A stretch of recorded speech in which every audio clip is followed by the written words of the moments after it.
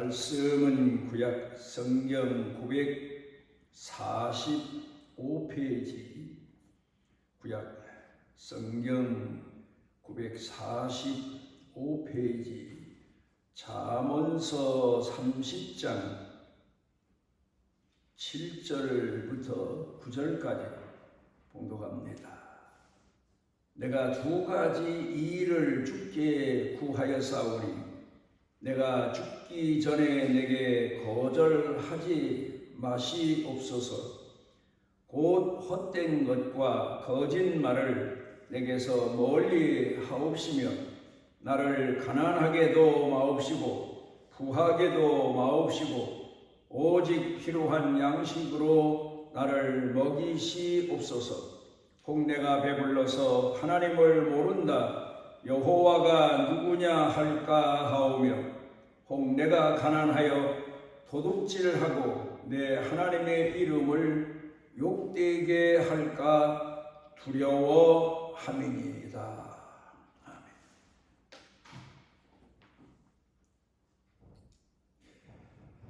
살면서 보면은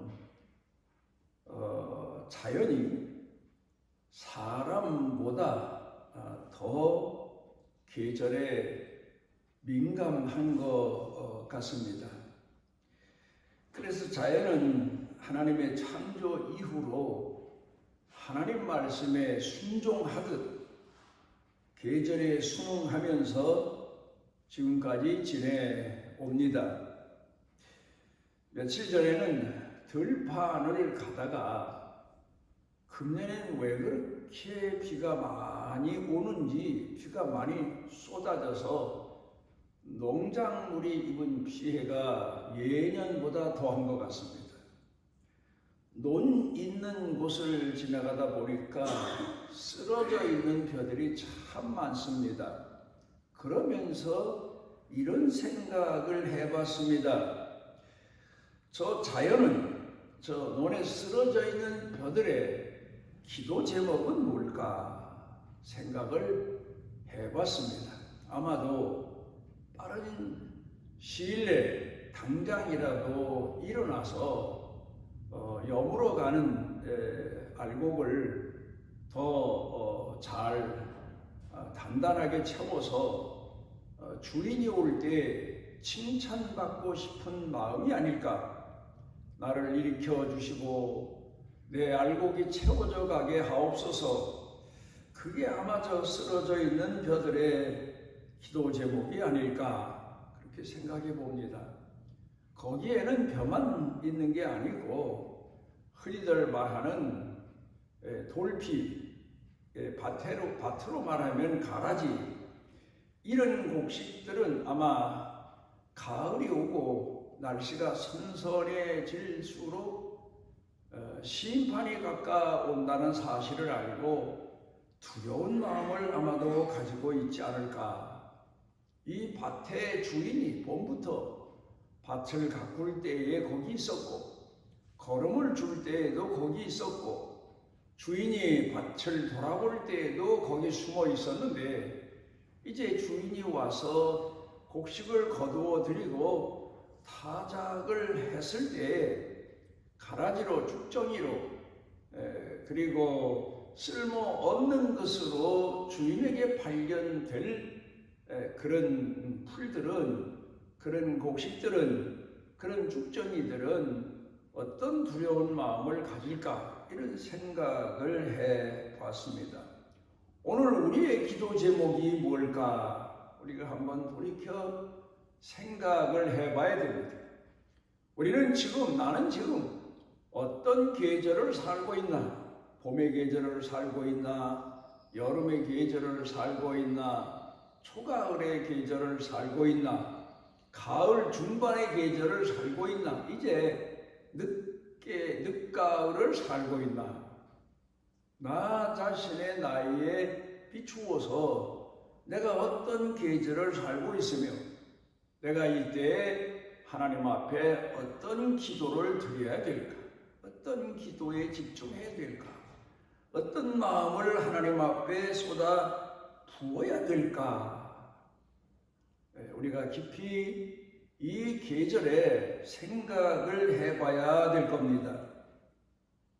예수님께서 이 땅에 오셨을 때에, 그리고 복음을 전하셨을 때에, 그때 시대적인 상황은 사회적으로나 종교적으로나 모든 면에 있어서 외식적인 시대, 형식적인 시대, 특별히 종교에는 그때의 교회는 부패하고 타락하고 교회의 권능을, 기능을 상실한 그런 시대, 그런 시대에 예수님이 오셨습니다. 그리고 세상 사람들이 사는 세상은 타락한 시대, 부패한 시대, 그리고 관습에 쩔어들고 만 시대, 이런 시대에 예수님이 오셔서 복음을 전파하기 시작하십니다. 하나님의 말씀을 전파하기 시작하십니다. 그러시면서 마태복음 10장 34절 가운데 보면은 이런 말씀을 하십니다. 내가 화평을 주러 온 것이 아니고 검을 주러 왔다. 그런 말씀을 하십니다. 화평을 주러 온 게 아니다. 서로가 서로에게 오늘 이 시대가 서로 좋은 게 좋다는 식으로 살도록 그렇게 가르치려 온 것이 아니다. 뭔가 이 시대를 부정해야 되고 부인해야 되고 이 시대가 요구하는 것들을 다 벗어버려야 되고 껍데기와 형식에서 벗어나야 되고 그런 신앙인으로 살기 위해서는 이제 앞으로 고난이 있게 되고 역경이 있게 되고 시련이 있게 되고 이런 때에 너희가 사는 방법은 바로 그 시대와 싸울 수 있는 용기, 싸울 수 있는 기본 자세, 그런 걸 가져야 된다. 그런 뜻에서 화평을 주러 온 것이 아니고 검을 주러 왔다. 너희로 하여금 이 시대와 거짓된 시대와 외식과 형식적인 시대와 타락한 시대와 하나님의 자녀로 싸우며 살도록 가르치기 위해서 왔다. 그런 말씀입니다. 그랬는데 이 말씀의 의미를 제자들이 예수님 따라다니는 동안에 제대로 깊이 깨닫지를 못했습니다. 그냥 예수 믿지 않는 집, 예수 믿지 않는 집에서 예수를 믿게 되면 집안 식구들과 다투게 되고 분쟁하게 되고 내가 예수님을 따르게 되면 유대교의 열정인 사람들과 다투게 되고 분쟁하게 되고 이런 것으로만 생각했지 그 깊은 의미, 싸움에 필요한 것이 무엇인가를 제자들이 깊이 깨닫지를 못했습니다. 그러다가 예수님께서 사역을 거의 이제 다 마쳐 가시면서 십자가에 못 박히실 일을 위하여 나아가실 때에 예수님이 잡히시게 됩니다. 그때 예수님의 제자 중에 한 사람이 마태복음 26장 5절 가운데 보면 검을 빼서 몸에 지니고 다니던 호신용 검이나 아마도 생활용 검이겠죠. 그런 것들을 뽑아가지고 예수님을 잡으러 온 한 병사의 귀를 자릅니다. 그러자 예수님께서 그 귀를 도로 고쳐주시고 그리고는 그 검을 빼서 휘두른 제자에게 검을 도로 꽂으라. 검을 쓰는 자는 검으로 막았다. 말씀의 의미가 깊습니다. 검을 꽂아라. 검을 쓰는 자는 검으로 막한다. 이 말씀은 어쩌면 현실적인 이야기를 말씀하신 겁니다. 마태복음 10장 34절에 화평을 주러 온 것이 아니라 검을 주러 왔노라 하신 말씀은 영적인 의미를 담고 있고 마태복음 26장 5절 가운데 내 검을 도로 꽂아라. 자기를 괴롭히는 사람, 예수님을 잡으러 오는 사람들을 향하여 검을 뽑아서 사용하는 제자에게 검을 꽂으라. 검을 쓰는 자는 검으로 망한다. 하나님을 공경하는 사람은 검으로 살면 안 된다. 그런 현실적인 말씀을 하시고 계십니다. 그런데 누가복음 22장 36절 가운데 보게 되면은 예수님께서 이런 말씀을 하십니다. 제자들에게 검이 없는 자는 겉옷을 팔아서 검을 살지라, 그렇게 말씀하십니다. 이것도 영적인 말씀입니다. 무슨 말씀을 하시고 계십니까? 겉옷, 외식적이고 형식적인 것, 이런 것들에게서 탈피해야 된다. 진심으로 내가 내 속에 가져야 될 것이 있다. 두 가지다. 그런 뜻의 말씀을 하실 수도 있습니다. 하신 내용이라고 말할 수도 있습니다. 그런데 예수님께서 그렇게 말씀하시자 너희가 겉옷을 팔아서 검을 사라, 준비해라, 그렇게 말씀하셨는데 제자는 그 깊은 뜻도 모르고 여기 검 둘이 있습니다. 제가 비싸게 주고 산 겁니다. 아마 그랬을지 몰라요. 그런데 예수님께서 대답하시기를 족하다. 제자는 여기 실질적으로 내가 싸움 걸어오는 사람을 대항해서 최소한 방어라도 하기 위해서 검두를 가지고 다닙니다. 그렇게 말씀을 드렸는지 모르지만 예수님은 족하다, 그렇게 말씀하신 내용은 영적인 답변입니다. 그러니까 검둘이 있어야 되는데 내가 가진 검은 아니다. 그러나 분명 검둘은 있어야 된다. 그 검둘의 내용이 무엇일까? 우리가 한번 깊이 생각을 해봐야 됩니다. 제가 젊었을 때에는 하나님 앞에 기도하는 제목이 영육간에 강건하기를 기도했습니다. 목회자로서 영육이 강건해야 교회 앞에 설 수 있고 성도들을 돌아볼 수 있고 성도들을 위해서 헌신할 수 있고 교회를 위해서 앞장서서 헌신할 수 있기 때문에 영육간의 강건함을 위해 기도했습니다. 성도들도 나를 위해 기도할 때 그렇게 기도했고 나도 성도들과 함께 우리 교회를 향하신 하나님의 뜻을 이루기 위해서는 영육이 건강해야 해서 영육간의 강건하심을 기도했습니다. 그리고 또 하나 있습니다. 그건 바로 경영자의 지혜를 구했습니다. 목회자는 곧 이 시대로 말하면 교회를 경영하는 사람이다. 그런 뜻에서 하나님 교회를 잘 경영할 수 있는 지혜도 주시고 경영의 능력도 주시고 경영에 필요한 모든 것들을 주옵소서. 그러니까 영육간에 강건하기를 위해 기도하고 경영자로서 내 인생을 경영하는데도 지혜롭게 경영하고 교회를 경영하는데도 지혜롭게 경영하고 가정이나 내 일터 산업을 경영하는데도 지혜롭게 경영하는 경영자가 되기 위한 기도, 그게 나를 위한 기도였고 교회와 성도들을 향한 기도였습니다. 그런데 이제 나이가 들어서 오늘에 이르러 생각해 보니까 그보다 더 깊은 기도의 뜻이 오늘 내게 남겨진 숙제라는 사실을 깨닫게 됐습니다. 커밍업 교수라고 하는 이가 쓴 책에 보게 되면 사람들에게 필요한 것, 오늘 이 시대를 사는 사람들에게 필요한 것이 무엇인가? 네 가지를 말합니다. 하나는 자본이다. 말하자면 타고난 능력이라고 말할 수 있겠지요. 둘째는 지식이다. 그러니까 오늘 이 시대를 살기 위해서는 지식이 있어야 비로소 그 많은 사람들과 경쟁 사회에서 살아갈 수 있다는 의미를 말합니다. 셋째는 기술입니다.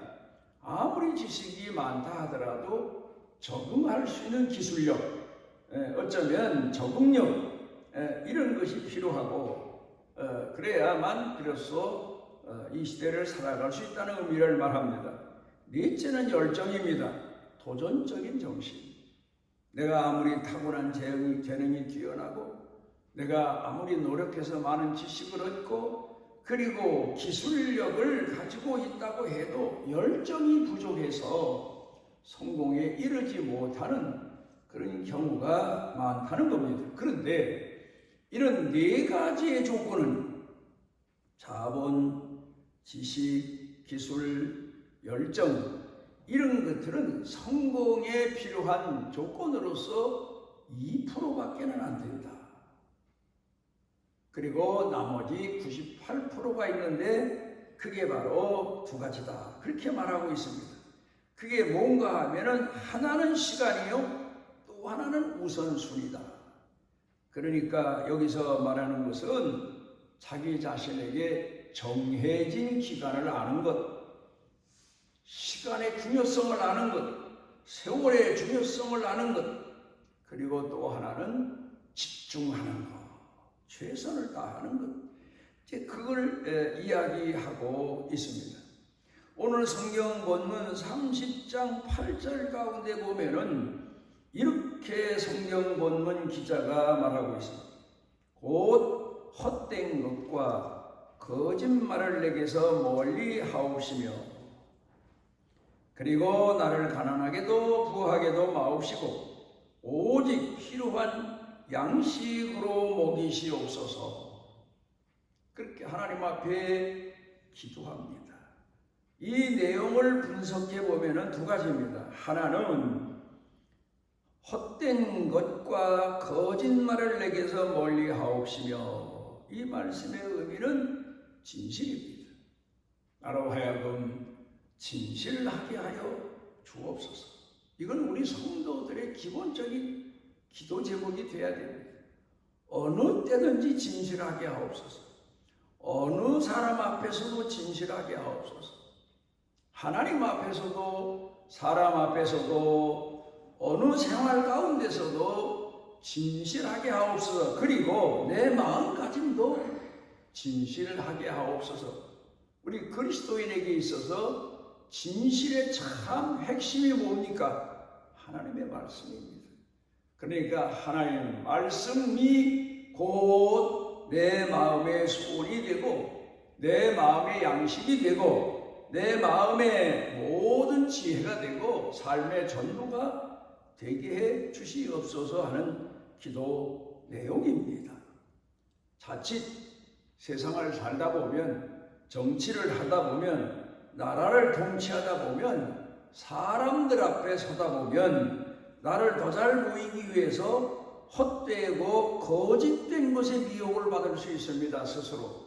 그래서 사람들 앞에서 나를 위장하고 꾸미고 나를 그렇게 보이려고 하는 그게 습관화가 돼서 결국 하나님 앞에서도 그 진실을 사실을 깨닫지 못할까 봐 두려워 하나님 앞에 기도한 겁니다. 헛된 것과 거짓말을 하나님 앞에서도 사람 앞에서도 교회 앞에서도 갖지 않게 해 주옵소서. 그런 기도 내용입니다. 그 다음에 두 번째로는 가난하게도 부하게도 마옵시고 오직 필요한 양식을 먹게 하옵소서. 그런 내용입니다. 이 내용을 보면 가난하게도 마옵시고 부하게도 마옵시고, 그러면 이 내용의 의미가 내가 사는 동네에 부자가 있고 가난한 사람이 있으면 그 중간쯤을 살게 해 주십시오. 그런 내용 같지만 아닙니다. 가난하게도 마옵시고 부하게도 마옵시고, 이 말씀은 가난해도 겸손하게 하옵시고, 그래서 도둑질은 하지 않게 해 주옵시고, 부할 때도 겸손하게 하옵소서. 거만하지 말게 하옵소서. 하나님 없다고 자만하지 않게 하옵소서. 내가 부를 가졌어도 겸손한 부자가 되어서 하나님 앞에 맡은 자로, 청지기로 내 맡은 사명을 다하며 살게 하옵소서. 그런 기도 제목입니다. 그런데 우리는 이 말씀을 그냥 문자적으로만 읽고 가난하게도 마옵시고 부하게도 마옵시고 중간쯤 살게 해 주옵소서 그렇게 착각을 합니다. 그래 하나님 앞에 그렇게 기도하는 사람도 참 많습니다. 그러나 그건 아닙니다. 가난해도 내가 겸손해서 더 겸손해서 이것도 하나님이 주신 은혜다. 이것도 하나님이 주신 연단이다. 하나님이 주신 시련이다. 여기도 순종하자. 그런 겸손한 마음. 왜 나는 가난하게 만듭니까? 하고 불평하고 원망하고 불신하는 그런 자가 되지 않게 해주시고 그것도 받아들여 겸손하게 하옵소서. 또 내게 많은 것을 맡겨주셨으면 나 잘나서 맡기셨다 착각하지 말게 해주시고 하나님이 내게 맡기셨으니 청지기로서 사명을 다하게 하시고 하나님을 잘 공경하게 해 주옵소서. 그런 기도 제목입니다. 우리는 계절을 산다 하는 의미를 다시 생각해 볼 필요가 있습니다. 젊은이들은 아마도 그들의 기도 제목이 성공을 위한 기도 제목일 겁니다. 도전을 위한 기도 제목일 겁니다. 또 나이 든 사람들, 이런 사람들의 기도 제목은 아마도 마무리를 잘하게 하옵소서, 결실하게 하옵소서, 하나님 앞에 설 때 부끄럽지 않게 하옵소서, 아마 그런 내용들을 가지고 기도하겠지요. 그러나 젊은이나 나이 든 사람이나 동일한 기도 제목 두 가지가 진실하게 하옵소서. 출발부터 진실하게 하옵소서. 또 십수년을 살아왔어도 진실하게 하옵소서. 끝까지 진실하게 하옵소서. 그리고 또 하나는 현실을 현실대로 받아들이게 하옵소서. 그리고 감사하게 하옵소서. 과분한 은혜로 알게 하옵소서 하는 그런 기도 내용입니다. 오늘 성경 본문의 기자는 아마도 솔로몬으로 우리가 예측을 하고 그렇게 알고 있습니다만은 솔로몬의 기도 제목, 하나님 제가 초창기만이 아니고 나중에도 이 기도를 제목으로 삼고 기도하게 하옵소서 그랬는데 아마 우리가 아는 대로 종말에 나이 들어서는 이 기도 제목을 잃어버렸던 것 같습니다. 그래서 솔로몬이 결국 타락하게 되고 문제를 많이 일으키게 되는데 처음처럼 젊었을 때처럼 하나님의 말씀이 그 안에 있고 하나님의 사람으로 살 때처럼 끝까지 진실을 구하고 겸손을 구해서 떠나면 얼마나 좋았을까를 돌이켜 생각해 봅니다.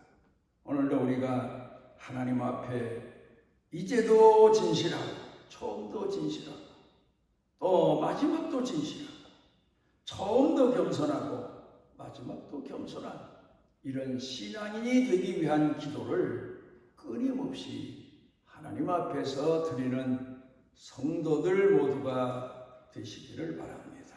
우리를 오늘도 주 앞에 모아주신 아버지 하나님, 주의 긍휼하신 은혜를 감사드립니다. 하나님 앞에서 우리 자신을 돌아볼 수 있게 해주시고 하나님께서 우리에게 요구하시고 원하시는 듯이 무엇인가를 끝까지 헤아리고 잊지 아니하고 하나님 앞에서 겸손한 신앙인으로 살아가게 우리를 붙들어 주옵소서. 예수님 이름으로 기도드리옵나이다. 이스라엘의 하나님 여호와께서 그 날개 아래 보호를 받으러 온 내게 온전한 상 주시기를 원하노라. 우리를 죄에서 구속하시고 우리로 하여금 주님만 바라보고 살도록 이 땅에 오셔서 진정한 신앙인의 모습을 보여주신 우리 주 예수 그리스도의 무한하신 은혜와 아버지 하나님의 지극하신 사랑과 세상 끝날까지 우리 속에 내재하셔서 깨워주시고 일으켜주시고 쉬지 않고 주님의 선하신 뜻에 순종하도록 이끄시는 성령님의 능력의 은총이 우리 생각, 마음, 우리 사는 생활, 우리 가족, 일터 경영, 그리고 교회 중에 넘치고 넘치도록 함께 하시기를 축원하옵나이다.